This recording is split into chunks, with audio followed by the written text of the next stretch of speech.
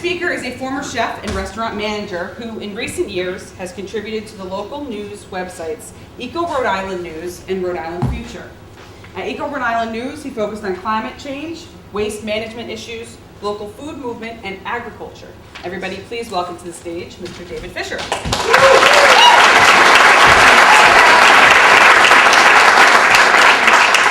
So my latest foray outside of chefing or writing was actually a run for the mayor's office of Woonsocket.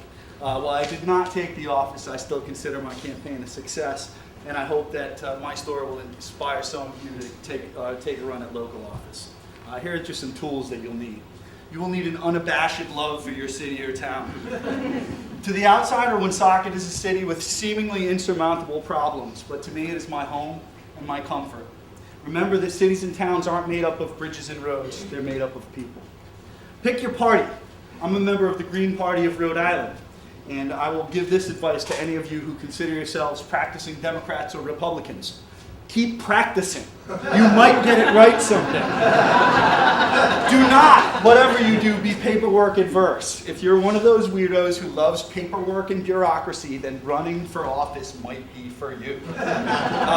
This is the declaration form that you have to file with the state. You cannot raise funds without filing this form. And that brings us into our next slide. You cannot you must have a shameless ability to beg for money. You will ask your friends, your family, acquaintances, and total strangers to contribute to your campaign. You cannot be shy about this. Put your pride away and ask people to give till it hurts. Pick your issues.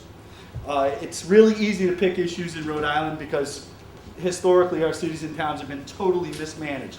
But keep it small, 3 to 5 issues, and let your campaign rotate around those issues.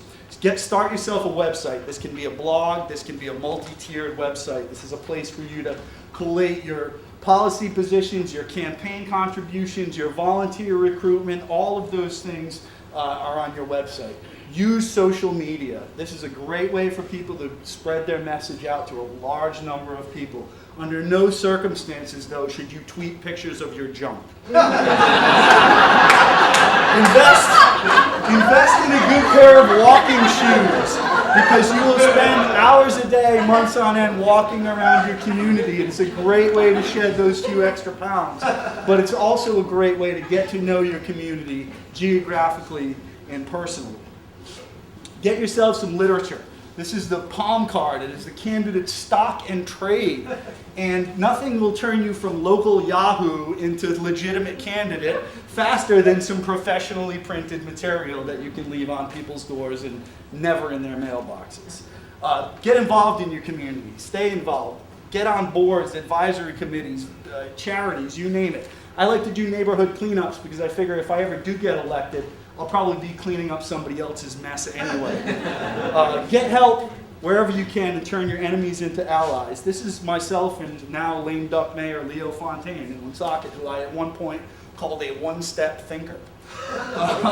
And that we actually signed each other's nomination papers for the office. And this is myself with Green Party presidential candidate Jill Stein. That was just my little name-dropping slide there. But now you can all say that you've met somebody that hung out with a presidential candidate already. Prepare for your debates. Have your supporters and maybe some non-supporters send you questions that they'd like to have answered. You have to, if you're a first-time candidate, be really critical of your opponents when necessary and praise them when it's warranted as well. Do not be afraid to challenge conventional wisdom. Offer new perspectives on issues and be bold when offering them. Honesty and straightforwardness will get you further than circular logic and dodging questions, and you'll sleep better at night. Stay positive. This may be difficult if your community, like Woonsocket, is on the verge of collapse, but don't sugarcoat or downplay problems, but allow people to understand that there is a way through them. On election day, you have to get out to the polls. You may gain those last few supporters that put you over the top, but you also will engage with some more people, even your opponent's supporters. If they care enough to carry a sign for someone, they care about the issues for your community. Success comes in many ways. I only got 12% of the vote in Woonsocket, but the most gratifying experience that I had was 2 days after the primary where I heard my words coming out of city council candidates' mouths. I had effectively changed the dialogue. Remember why you're doing it. This is my niece Clover, soundly defeating me in a game of memory. And I basically ran for mayor because I wanted a city that she could be proud to grow up in, and I could be proud to have her grow up in. And I'll leave you with this. Stay true to yourself, your ideals, and remain focused on the issues. Don't get personal. Remember that you're running against policies and not people. Keep an open mind, and your neighbors will open their minds to you. And if you do all these things, whether you take office or not, you will have won.